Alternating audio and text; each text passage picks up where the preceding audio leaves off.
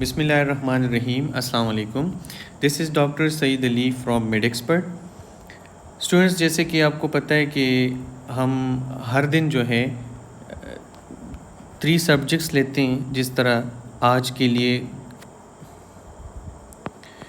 Gynae oops, neurology और biochem, ये 3 subjects थे आज के लिए, ठीक है। जिसमें एक एक जो हाई यील्ड टॉपिक था वो हमने आज पोर्टल के अंदर अपलोड किया था, यानी आज का टास्क यही था। साथ में हम एमसीक्यूज़ अपलोड करते हैं उन्हीं टॉपिक से, ताकि आप लोग जो पढ़ते हैं फिर उसको आपने एप्लीकेबल करने, उन्हीं नॉलेज को यूज़ करके एमसीक्यूज़ आपने सोल्व करने हैं। आज का टॉपिक जो गायनी से था वो एपीएच था, यानी एंटीपार्टम हेमरेज था, ठीक है।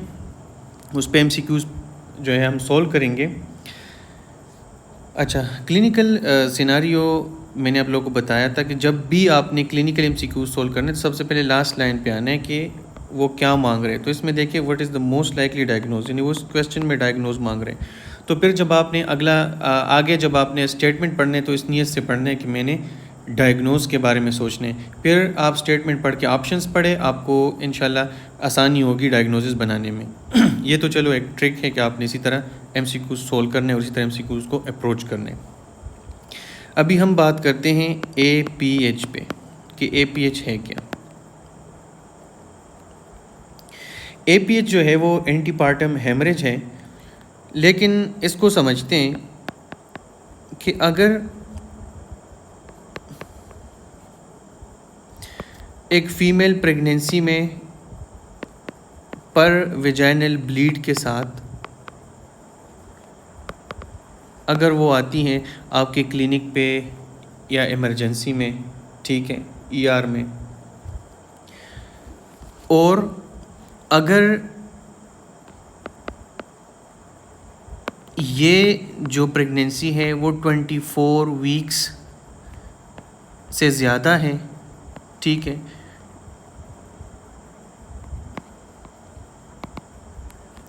याद रखें कि जो अगर किसी प्रेग्नेंट फ़ीमेल में पर वेजाइनल ब्लीड हो और वो 24 हफ्ते की प्रेगनेंसी हो उसकी या इससे ज़्यादा, यानी डिलीवरी तक, ये 24 हफ्ते भी हो सकती हैं, 36 हफ्तों के साथ भी आ सकती हैं, 38 हफ्तों के साथ भी आ सकती हैं, 28 हफ्तों के साथ भी आ सकती हैं, कोई भी वो अगर एमसीक्यूज़ में वो आपको दे सकते हैं।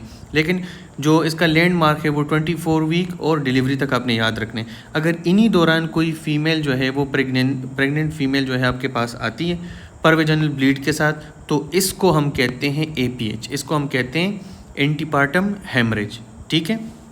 अब एंटीपार्टम हेमरेज जो है इसमें जो ब्लीड है, तो इसके हवाले इसके मुताबिक अगर हम सिर्फ ब्लीडिंग के बारे में हम देखें, पेन और पेनलेस के बारे में अगर हम देखें, तो एंटीपार्टम हेमरेज जो है अगर इसको मैं डिवाइड करूं on the basis of pain, ठीक है, क्लिनिकली। अच्छा, अगर ये पेनलेस हैं, अगर ये पेनफुल है, ठीक है, पहले तो इस पे बात करते हैं।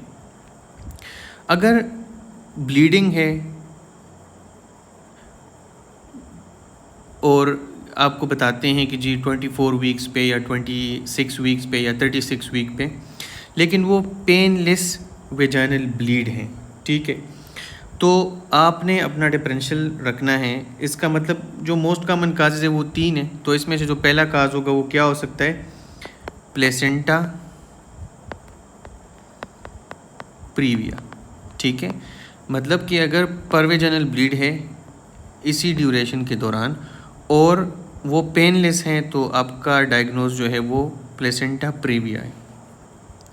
अगर पेनफुल ब्लीडिंग है तो याद रखना है कि इसका जो यानी ये एपीएच होगा, ये किस वजह से होगा, प्लेसेंटा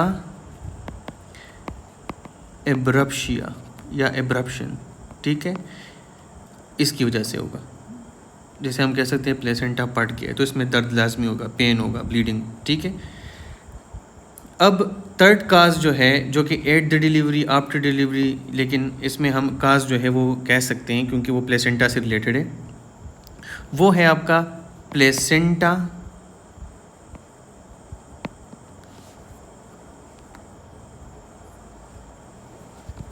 एक्रीटा। प्लेसेंटा एक्रीटा जो है ये आपके साथ मतलब प्लेसेंटा जो सेपरेशन का इशू होता है, यानी डिलीवरी के बाद जो है प्लेसेंटा वो सेपरेट नहीं होता, यानी प्लेसेंटा का कुछ पार्ट जो है वो अंदर यूटेराइन केविटी में, या अगर यूटेराइन केविटी है तो इसके अंदर जो है प्लेसेंटा रह जाता है, ठीक है। सेपरेशन के दौरान वो सेपरेट नहीं होता, अंदर रह जाता है कुछ पार्ट, ठीक है। तो इसको हम कहते हैं एक्रीटा, ठीक है। अब अगर प्लेसेंटा लोअर वाले साइड पे हो, यानी ये आपका सर्विकल ओस है, ठीक है, सर्विकल ओस है ये, अगर इसको कवर करो, यानी अगर बच्चा इधर है, ठीक है, और प्लेसेंटा आपका इस पोजीशन पे है, तो इसको हम कहते हैं प्लेसेंटा प्रीविया, ठीक है। और अगर प्लेसेंटा जो है वो डीअटैच हो जाए, यानी यहाँ से वो डीअटैच हो जाए, ठीक है, जब वो डीअटैच हो जाएगी, पट जाएगी, यहाँ से निकल जाएगी, तो उसको हम कहते हैं एब्रप्शन, एब्रप्शन हो जाएगी इसमें, ठीक है। ये प्लेसेंटा एब्रप्शिया है। तो जो प्लेसेंटा प्रीविया है वो पेनलेस है। प्लेसेंटा जो दूसरा है एब्रप्शिया वो पेनफुल है, ठीक है। और जो तीसरा है वो तो डिलीवरी के बाद जो है जो प्लेसेंटा आपका क्या कहते हैं कि सेपरेट नहीं हुआ, या कुछ पार्ट ऑफ द प्लेसेंटा वो अंदर रह गया है, तो उसको एक्रीटा कहते हैं। अच्छा, अब अगर एक चीज़ हम देखें इसमें, जो प्लेसेंटा प्रीविया है तो उसके अंदर, उस पर बात करते हैं, एक मिनट।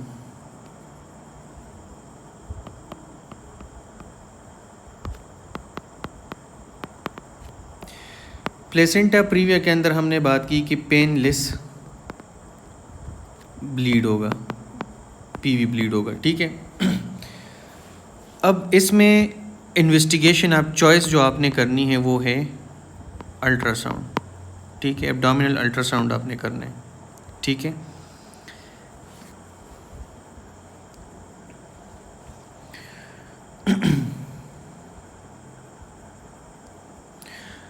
अच्छा,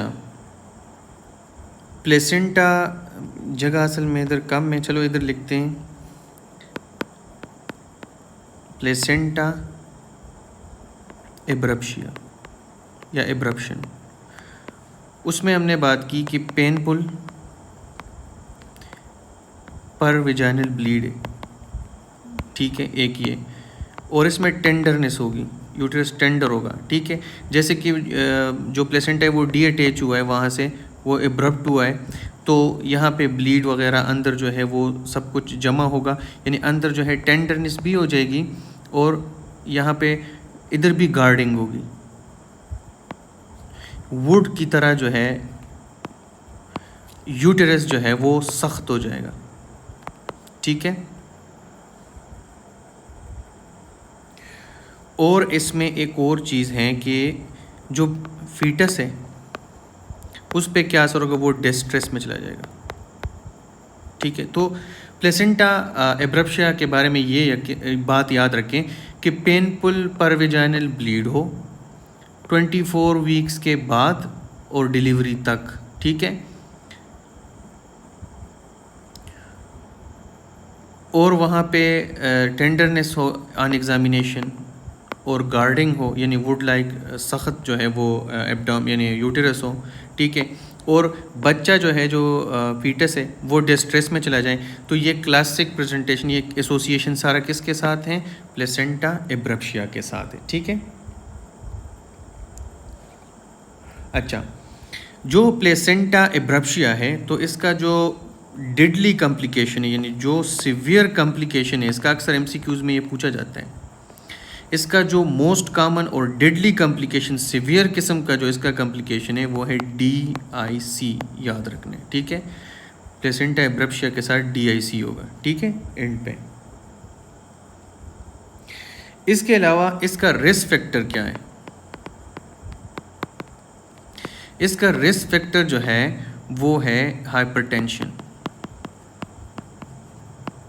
हाइपरटेंशन इसका रिस्क फैक्टर है। कॉम्प्लिकेशन इसका जो है जो लास्ट पे DIC हो सकता है। फीटल डिस्ट्रेस इसमें होगा। एग्जामिनेशन पे टेंडरनेस और गार्डिंग होगा और पर वेजाइनल पेनफुल ब्लीडिंग होगा। ठीक है, तो ये आपका क्या है, प्लेसेंटा एब्रप्शिया। अच्छा, इन्वेस्टिगेशन ऑफ चॉइस की अगर हम बात करें तो इसमें हम अल्ट्रासाउंड नहीं करते, इसमें हम क्लिनिकली डायग्नोस करते हैं। ठीक है,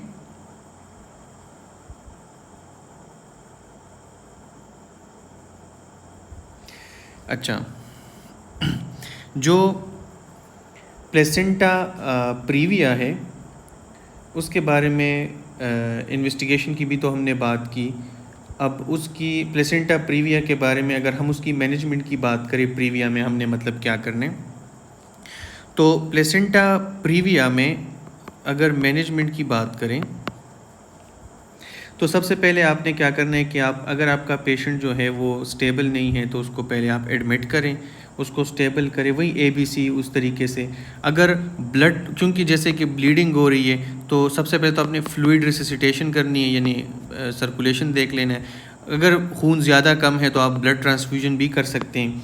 इसके अलावा अगर ज़रूरत पड़ी, अगर हेवी ब्लीडिंग है और प्रेगनेंसी जो है वो टर्म प्रेगनेंसी है तो उसमें आप फिर क्या कर सकते हैं, C सेक्शन कर सकते हैं, सर्जरी कर सकते हैं। ठीक है, C सेक्शन करके मतलब बच्चे को आप C सेक्शन के ज़रिए पैदा करवा सकते हैं। ठीक है, अच्छा, अब प्लेसेंटा प्रीविया हो गया। अब प्लेसेंटा एब्रप्शिया, इसकी मैनेजमेंट पे बात करते हैं।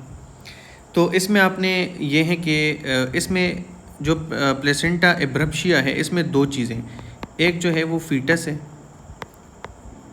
दूसरा मदर है।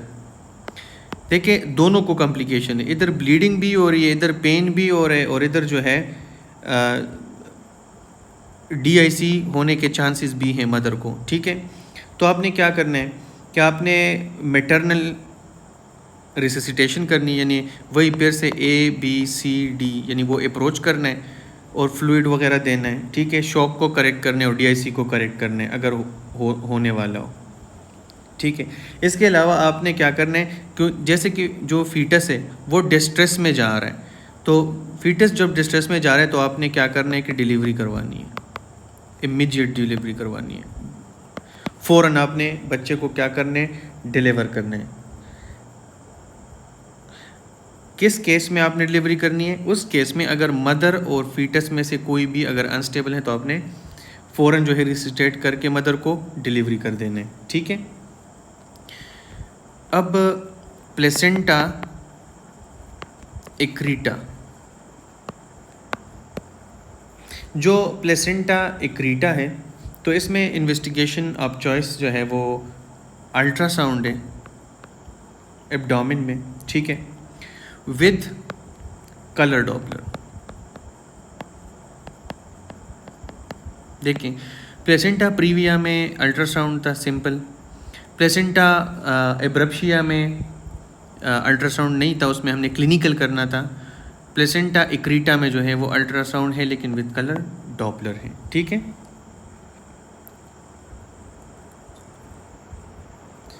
अच्छा, इसके अलावा जो प्लेसेंटा एक्रीटा है तो इसकी मैनेजमेंट के बारे में देखते हैं। तो इसकी मैनेजमेंट में क्या है कि आपने प्लान करना है सिजेरियन, ठीक है, C सेक्शन करना है, और इसकी जो डेफिनेटिव ट्रीटमेंट यानी जो इसकी ट्रीटमेंट आप चॉइस कह लें या डेफिनेटिव ट्रीटमेंट कह लें वो यही C सेक्शन है। C सेक्शन के साथ आपने क्या करना है, आपने कर देना है hysterectomy. C section with hysterectomy जो है इसकी डेफिनेटिव ट्रीटमेंट या ट्रीटमेंट ऑफ चॉइस इसका यही है एक्रीटा का। ठीक है, इसको इस तरह मैनेज करना है। अच्छा, एक कंट्रा इंडिकेशन है किस में, एब्रप्शिया प्रीविया में। अच्छा, प्रीविया की हमने मैनेजमेंट तो पढ़ी। जो प्लेसेंटा प्रीविया है इसमें आपने, एक मिनट,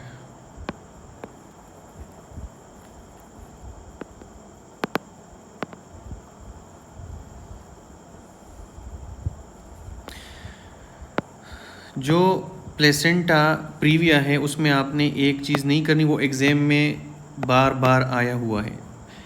प्लेसेंटा प्रीविया में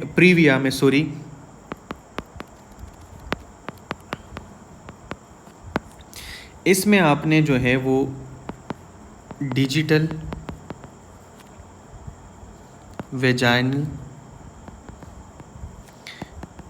एग्ज़ामिनेशन नहीं करनी।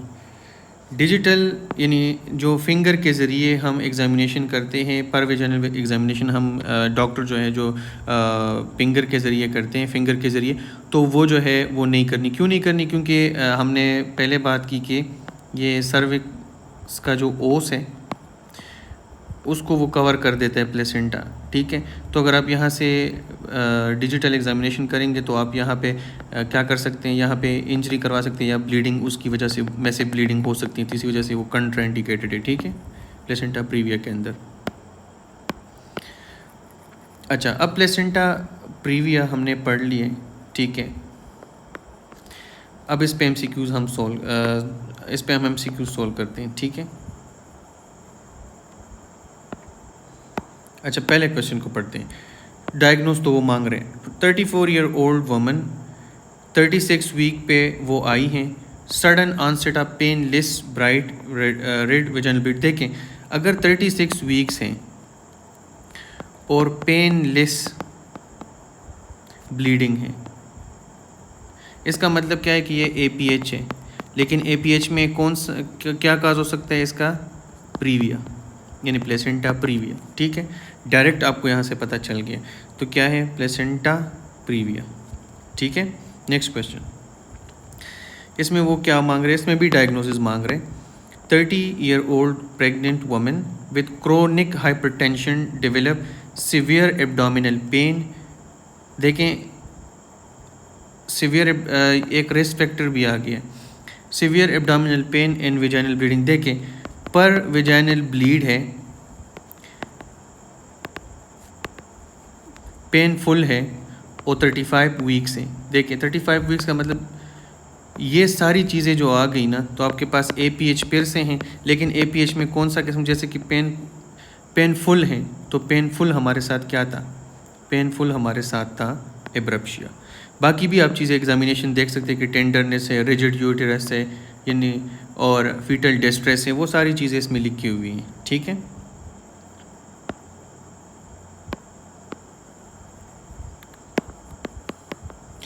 अच्छा, नेक्स्ट क्वेश्चन पढ़ते हैं।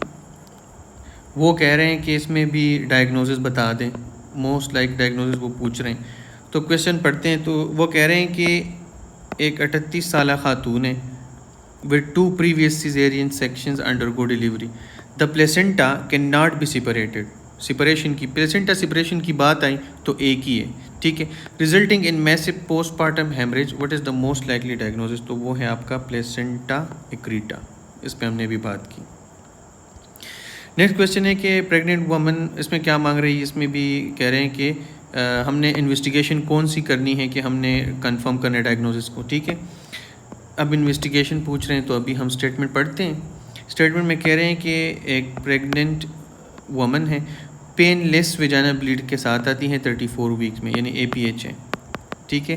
पेनलेस है तो प्रीविया है।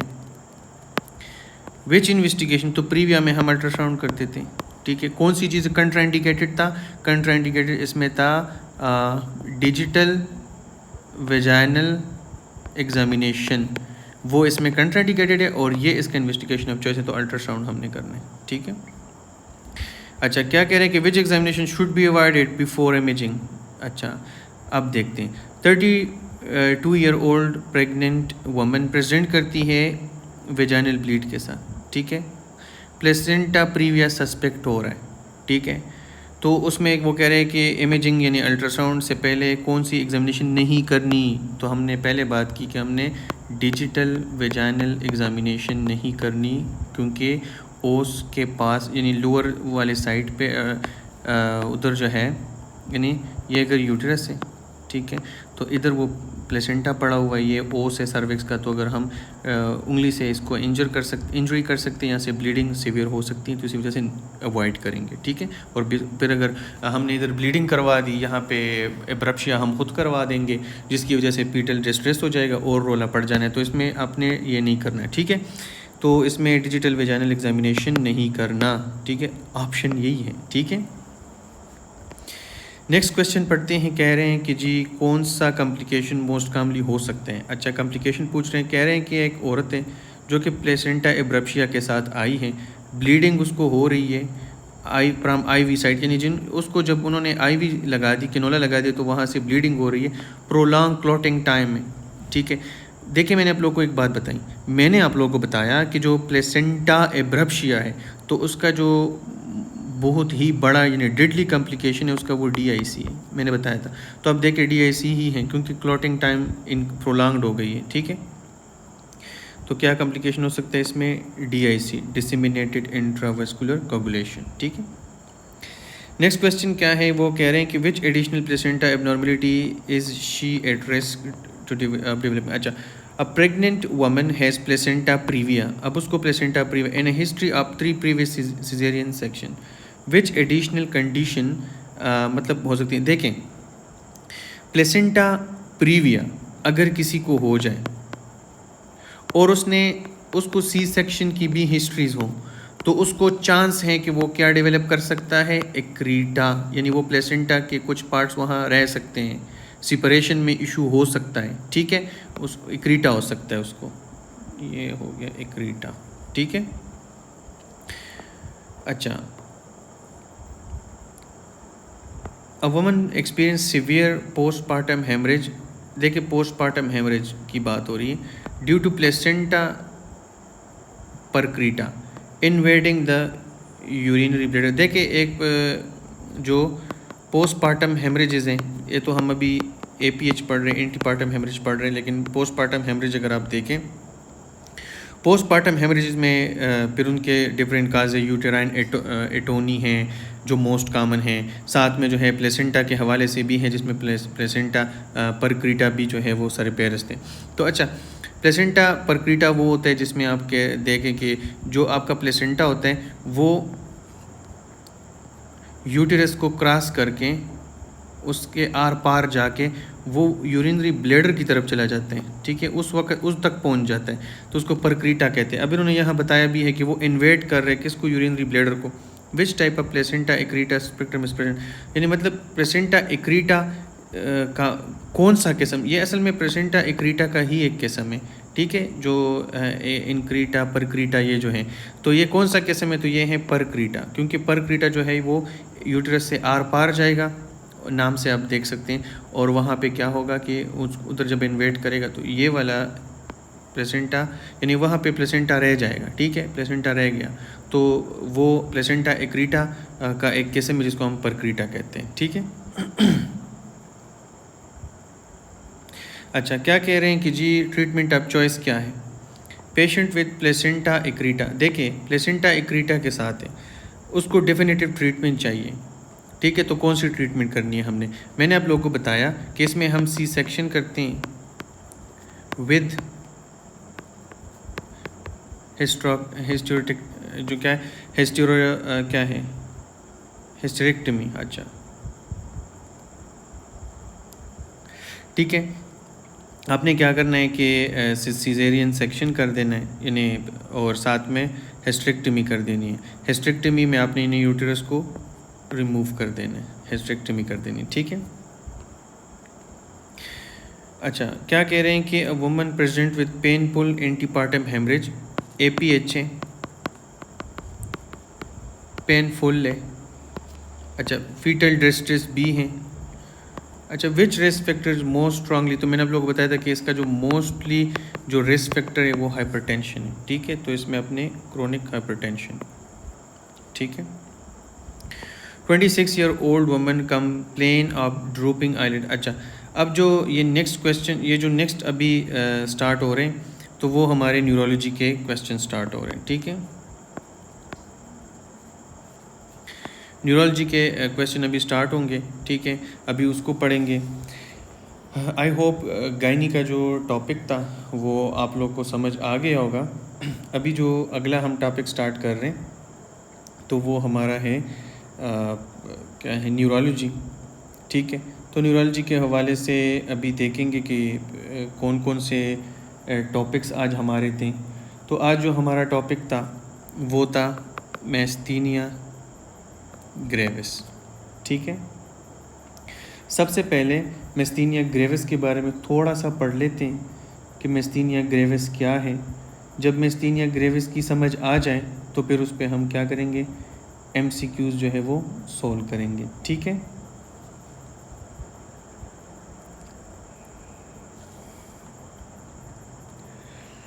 अच्छा, मिस्थीनिया ग्रेविस जो है ये असल में एक ऑटो इम्यून डिसऑर्डर है जिसमें जो एंटीबॉडीज़ होती हैं वो अटैक करती हैं postsynaptic acetyl choline receptors पे at the neuromuscular junction.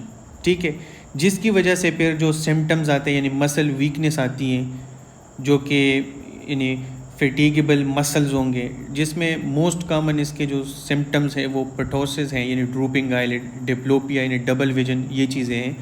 और मिस्थीनिया ग्रेविस के हवाले से एक दो चीज़ें हैं इसके जो हाल मार्क प्रेजेंटेशन है मैं आपको बताना चाहता हूँ।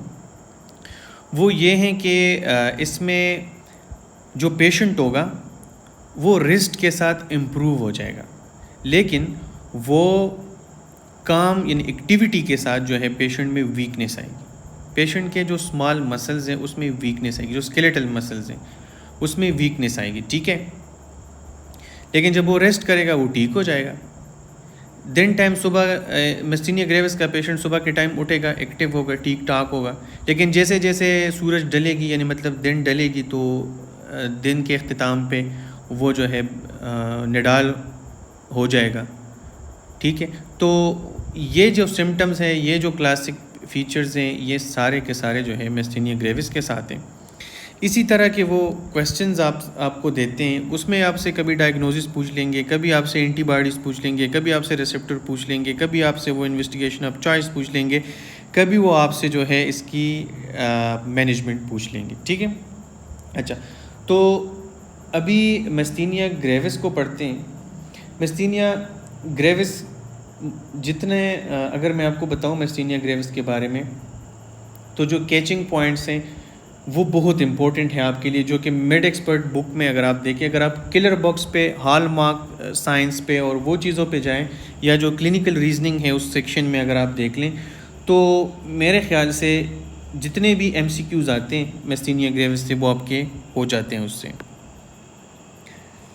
अच्छा, चले मैं आपको ना एक स्केच ड्रा करता हूँ।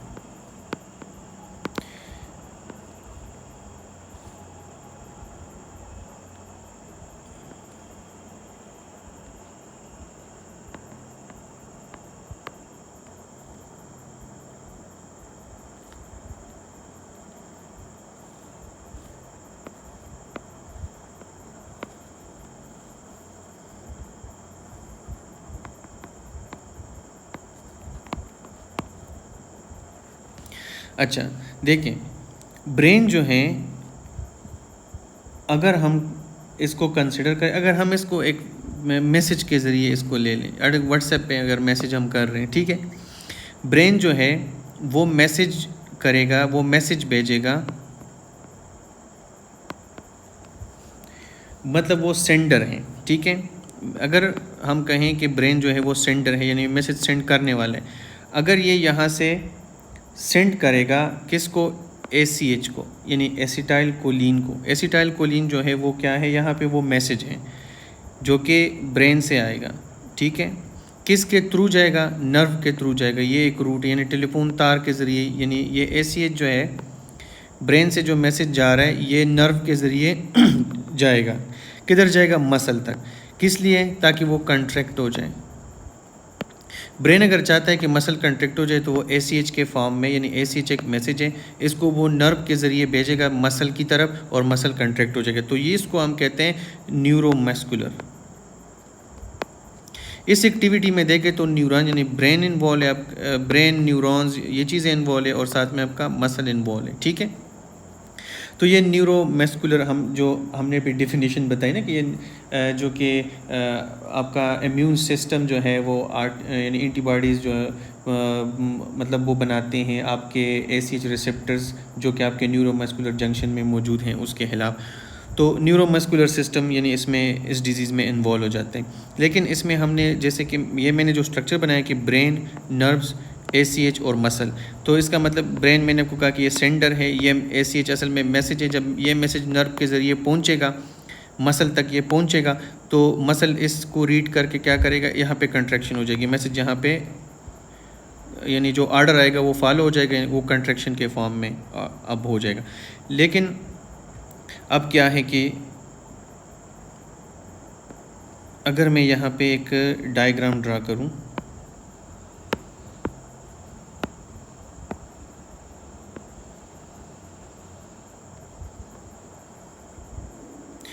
अगर ये मैं कहूँ कि ये प्री साइनेप्टिक हैं, ये साइनेप्सिस हो रही है, और ये पोस्ट साइनेप्टिक है। प्री और पोस्ट को देखते हैं, ठीक है।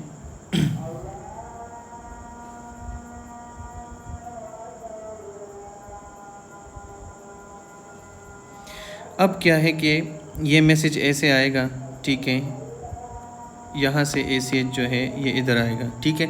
यहाँ पे जो ACH के रिसेप्टर्स हैं, यानी पोस्ट साइनेप्टिक क्लिफ्ट पे, यानी यहाँ पे इस एरिया पे ये साइनेप्टिक क्लिफ्ट है, ठीक है, ये साइनेप्सिस हो रही है, ये प्री साइनेप्टिक है और ये पोस्ट साइनेप्टिक है। तो इस जगह पे जो एसिटाइल कोलिन जो आ रहा है उसके रिसेप्टर्स इधर मौजूद हैं। तो इन्हीं रिसेप्टर्स के पास जब ये आएगा तो ये मैसेज रीड हो जाएगा और कंट्रैक्शन हो जाएगी। लेकिन ये नॉर्मल फिजियोलॉजी है। लेकिन अब होता क्या है, मसला किधर आता है। अच्छा, अजान हो रही है, 1 मिनट।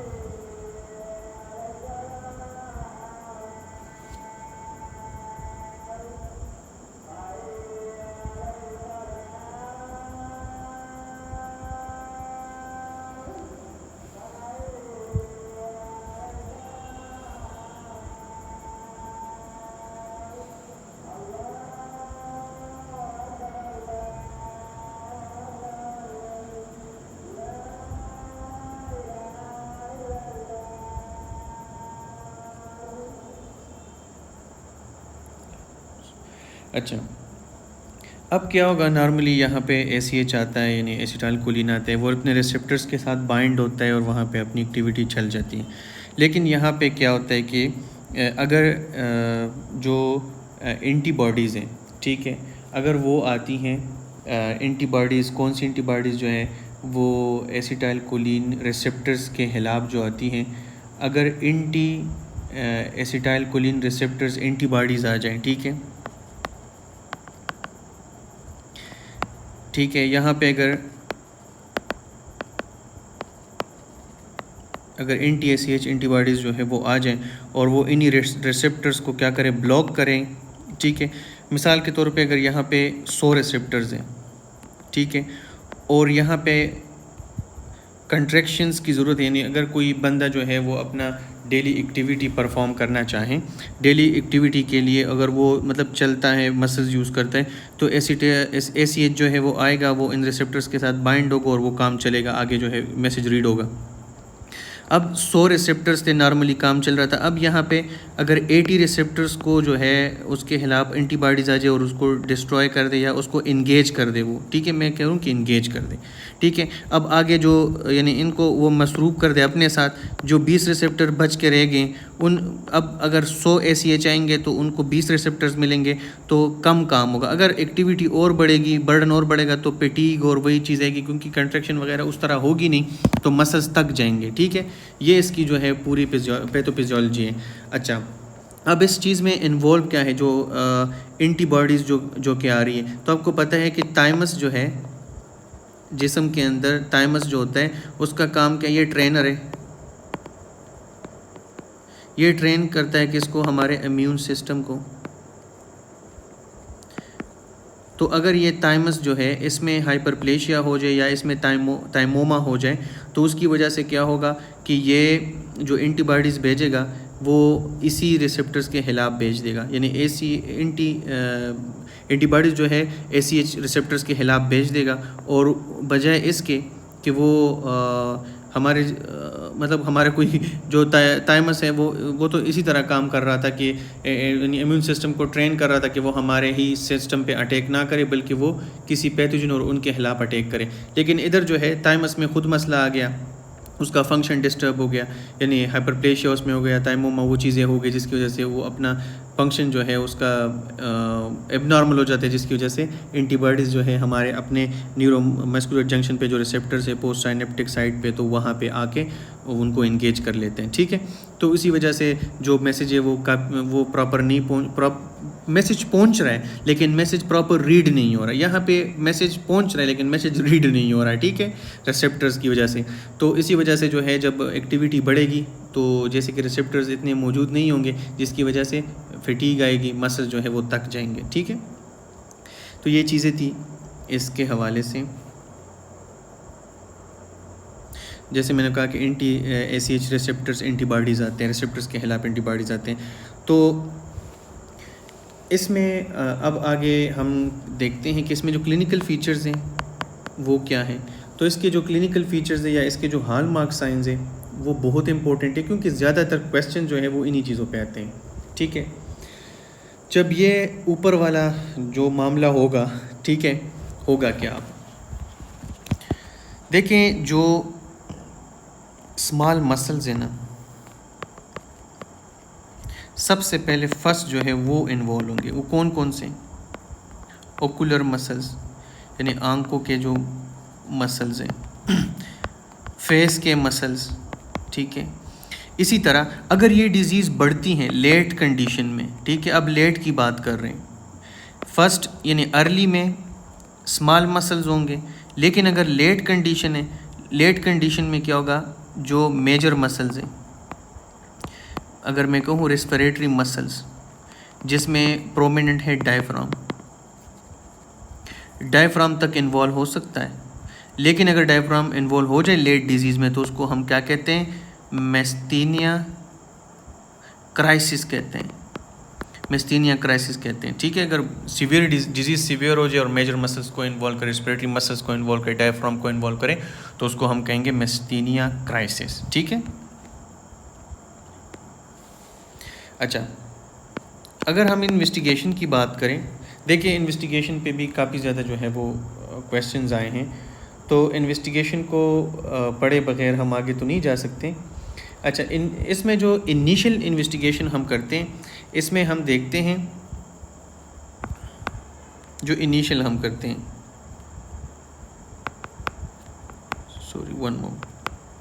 इसमें हम करते हैं anti acetyl Colin receptors antibodies. ठीक है, anti acetyl Colin receptors antibodies. अच्छा, जो हमने बात की कि जो रिसेप्टर्स के खिलाफ, जो ACH रिसेप्टर्स के खिलाफ जो एंटीबॉडीज़ हमने कहा था कि वो जनरेट होंगे, प्रोड्यूस होंगे, वो आके ये इश्यूज़ बनाएंगे न्यूरोमस्कुलर जंक्शन पोस्ट साइनेप्टिक वाले साइड पे। तो अब जब हमने इनिशियल इन्वेस्टिगेशन करना है तो वो उसमें हमने ये देखना है, तो ये आपका हो गया इनिशियल। एक मिनट,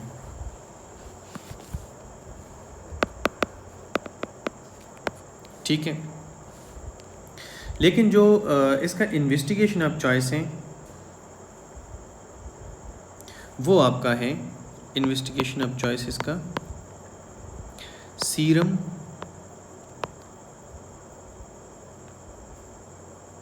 एंटी ACH रिसेप्टर।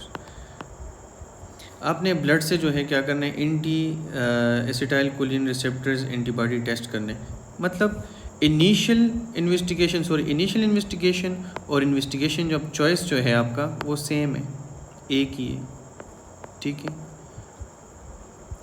मतलब ये है कि जो मेन पैथोलॉजी है वो आपने इसी तरह रूल आउट करनी है कि क्या वही जो नॉर्मल एंटीबॉडीज़ हैं जो रिसेप्टर्स के खिलाफ आ रहे हैं क्या वो है कि नहीं, तो वो आपने इस तरह करना। ये इनिशियल भी है और इन्वेस्टिगेशन ऑफ चॉइस भी है। सॉरी, मेरा जहन जो है वो GBS और उन चीज़ों की तरफ जो था, तो मैं उस डिफरेंस थोड़ा सा उस तरफ सोच रहा था। अच्छा, तो अच्छा, ये तो इसकी इन्वेस्टिगेशन अब चॉइस हो गई। अब इसकी हमने करनी है मैनेजमेंट। ऐसे भी कर सकते हैं, ठीक है। जो इसकी मैनेजमेंट है, तो जो अर्ली डिजीज़ हैं,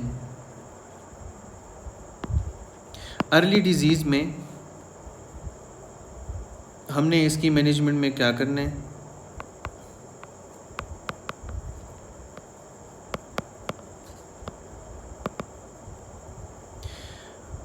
इसमें हमने प्रीडोस्टिग्मिन देना है, या आप फायरिडोस्टिग्मिन कह लें, ये ओरल हमने देना है, ठीक है।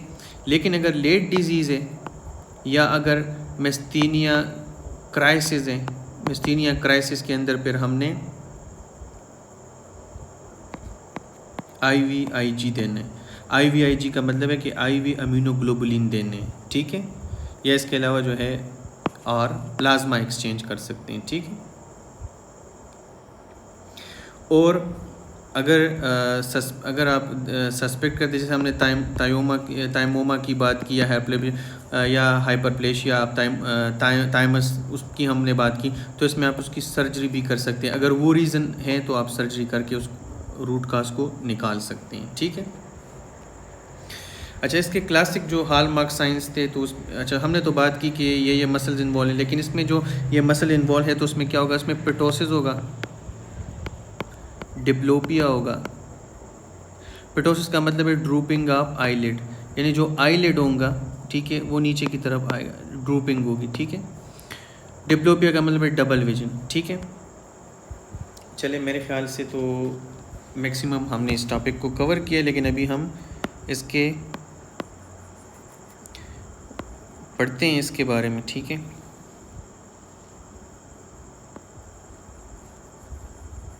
अभी क्वेश्चन पढ़ेंगे और इसी नॉलेज के बेस पे सॉल्व करेंगे, ठीक है। अच्छा,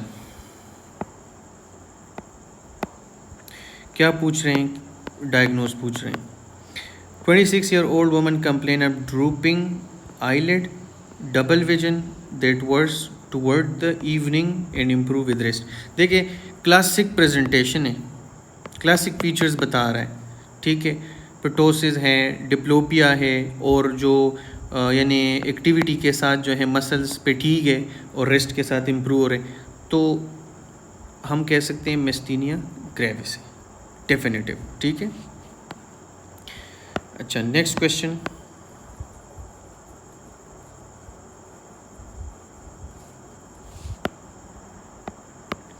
जो नेक्स्ट क्वेश्चन है उसमें आपसे पूछ रहे हैं कि कौन सी एंटीबॉडी डिटेक्ट होगी।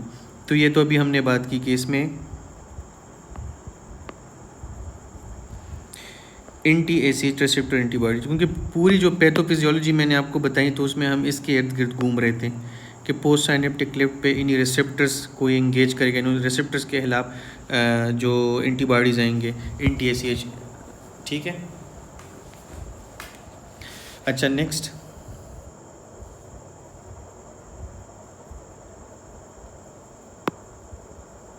नेक्स्ट क्वेश्चन में क्या कह रहे हैं, उसमें वो पूछ रहे हैं कि जी कौन से मसल्स जो है वो मेस्थीनिया ग्रेविस में फर्स्ट जो है कौन से मसल्स इन्वॉल्व होंगे, ठीक है। तो मैंने कहा था स्मॉल मसल्स, स्मॉल में फिर मैंने आपको कहा था कि ऑकुलर पहले, फिर फेशियल, ठीक है, फिर लेट में जो है डायफ्राम जो कि मेजर है।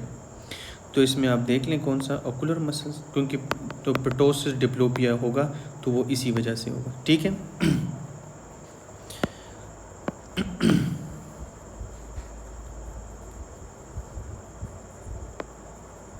जो नेक्स्ट क्वेश्चन है उसको पढ़ते हैं। क्या कह रहे हैं कि विच treatment should be initiated urgently. कह रहे हैं कि जी एक पेशेंट है, उसको रेस्पिरेटरी डिस्ट्रेस जो है वो डेवलप हो चुका है, जो कि वर्स हो जाता है myasthenia due to worsening of generalised myasthenia. अच्छा, मेस्थीनिया ग्रेविस जो है अब लेट हो गया है, ठीक है, डिजीज़ सिवियर हो गई है, क्योंकि मेजर मसल इन्वॉल्व हो चुका है, यानी डायफ्राम इन्वॉल्व हो चुका है, इसी वजह से आपको रेस्पिरेटरी डिस्ट्रेस हो गया, ठीक है। तो इसमें इनिशियली मतलब हमने क्या करना है, हमने बात की कि हमने IVIG यानी IV इम्यूनोग्लोबुलिन देने। जो ओरल जो ट्रीटमेंट है वो हमने किस में देने, वो हमने फर्स्ट यानी अर्ली स्टेज में देने, ठीक है। स्टिग्मीन जो है वो हमने अर्ली डिजीज़ में देने, क्राइसिस में नहीं देने। क्राइसिस में सिर्फ और सिर्फ IV इम्यूनोग्लोबुलिन देने। नेक्स्ट क्वेश्चन में क्या पूछ रहे हैं कि जी CT chest is requested primarily to detect which condition. अच्छा, कह रहे हैं कि जी 29 year old woman is diagnosed with generalise myasthenia. कह रहे हैं कि मिस्थीनिया ग्रेविस जो है वो डायग्नोज हो चुका है। अब CT चेस्ट उन्होंने मतलब ऑर्डर किया है डॉक्टर साहब ने, तो वो पूछ रहे हैं कि जी ये क्यों किया है, किस वजह से, वो क्या देखना चाहते हैं। तो हमने तो बात की जी कि थाइमस जो है, जो कि ट्रेनर हैं इम्यून सिस्टम का, वो उसमें जब इशू आएंगे, दो इश्यूज़ हैं, या तो थाइमोमा होगा या हाइपरप्लेशिया। तो अभी ऑप्शंस देख लें आप, थाइमोमा ये ऑप्शन। अच्छा, patient started on first line symptomatic treatment of Myasthenia gravis. Which medication is most appropriate? देखिए symptomatic first line treatment क्या है, वो आपका यही है, फायरिडोस्टिग्माइन या स्टिग्मिन भी कह सकते हैं, ठीक है। Patient with muscle weakness notice that symptom improve after resting for several minutes. Which diagnose, देखिए एक्टिविटी के साथ जो है उसको वीकनेस आ रही है, रेस्ट के साथ इम्प्रूव हो रहा है, तो क्या है, मिस्थीनिया ग्रेविस है, ठीक है। Patient with confirmed myasthenia gravis confirmed undergoes repetitive nerve stimulation. What finding is suspected.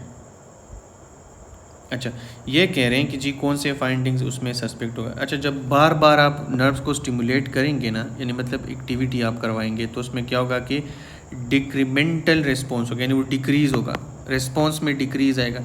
अगर आप एक दफ़ा करते हैं नर्व स्टिमुलेशन, तो शायद अगर आपके साथ रिस्पॉन्स आता है 100 में, दूसरी दफ़ा करते हैं तो आपके साथ मसल्स की एक्टिविटी जो है, मसल एक्टिविटी जो है वो मिसाल के तौर पे वो 80 पे आ जाएगी, फिर आप करेंगे तो ये 70 पे। इसी तरह जितने आप रिपीटेटिव टाइम करेंगे मसल यानी नर्व स्टिमुलेशन आप करेंगे, उतना यानी मसल्स को आप थकाएंगे, और थकावट की वजह से क्या होगा, वीकनेस आएगी, वीकनेस की वजह से कंट्रैक्शन कम होगा, तो इसका मतलब है कि डिक्रीज़ रिस्पॉन्स हो जाएगा, रिस्पॉन्स जो है वो डिक्रीज़ हो जाएगा।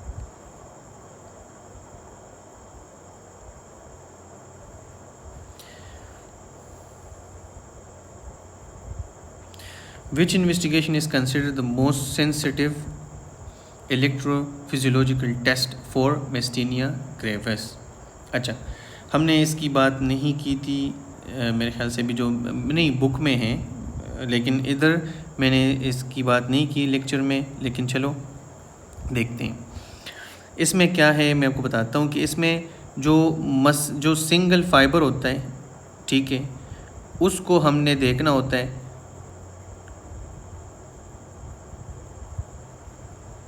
जिस तरह यहाँ पे हमने बात की कि हम बार बार नर्व को स्टिमुलेट कर रहे हैं, ठीक है, तो उससे क्या होगा कि हमें एक्टिविटी डिक्रीज़ होगी। तो ये हमारे पास सेंसिटिव टेस्ट है, वही इलेक्ट्रोफिजियोलॉजिकल टेस्ट जो है, जो कि है इसमें हमने सिंगल फाइबर EMG ये वाला करना है, ठीक है।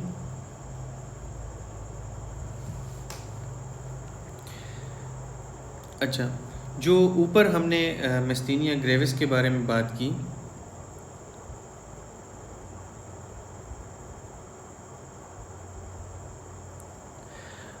उस हवाले से अगर आप देखें तो इसमें हमने काफ़ी ज़्यादा चीज़ें जो है वो हमने कवर की, यानी जो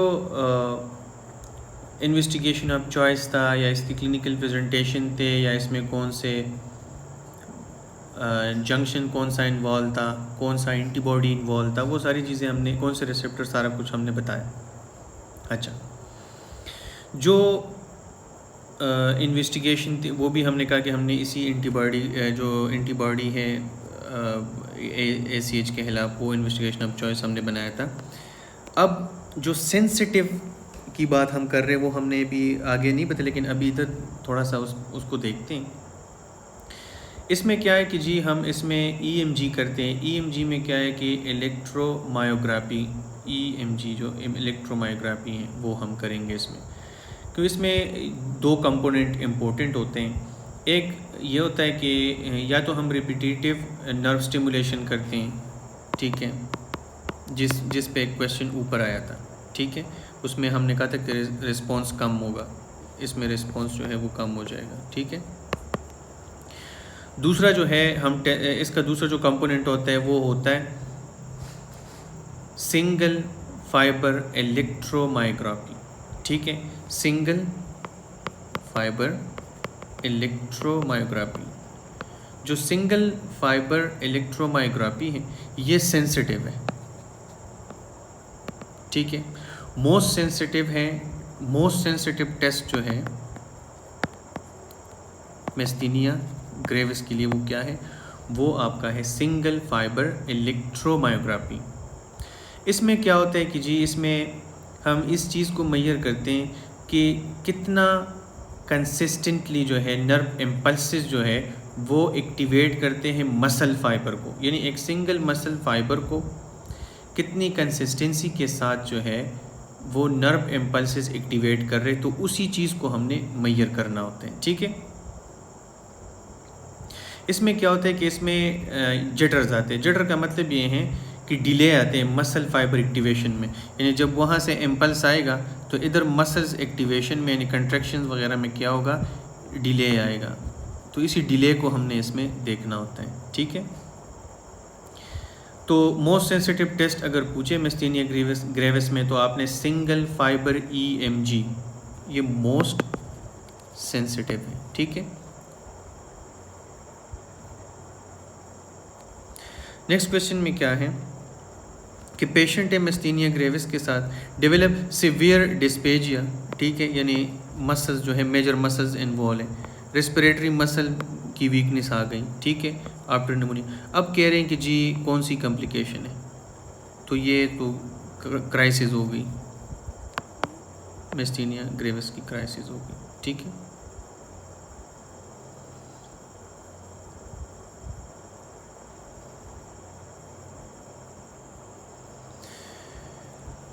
अच्छा, आई होप स्टूडेंट्स आपको यहाँ तक ये सारा समझ आ गया होगा। आज के जो टॉपिक्स थे न्यूरोलॉजी के हवाले से और जो गायनी के हवाले से जो इम्पोर्टेंट टॉपिक्स थे वो हमने डिस्कस किए, तो काइंडली एक दफ़ा ये लेक्चर लाजमी देखिएगा। फिर भी अगर कहीं पे कोई भी इशू हो तो आप व्हाट्सएप पे कांटेक्ट कर सकते हैं। इंशाल्लाह हमारा मेन मकसद यही है कि जो कंसेप्ट हैं वो आप तक पहुंचाए जाएं। इजाज़त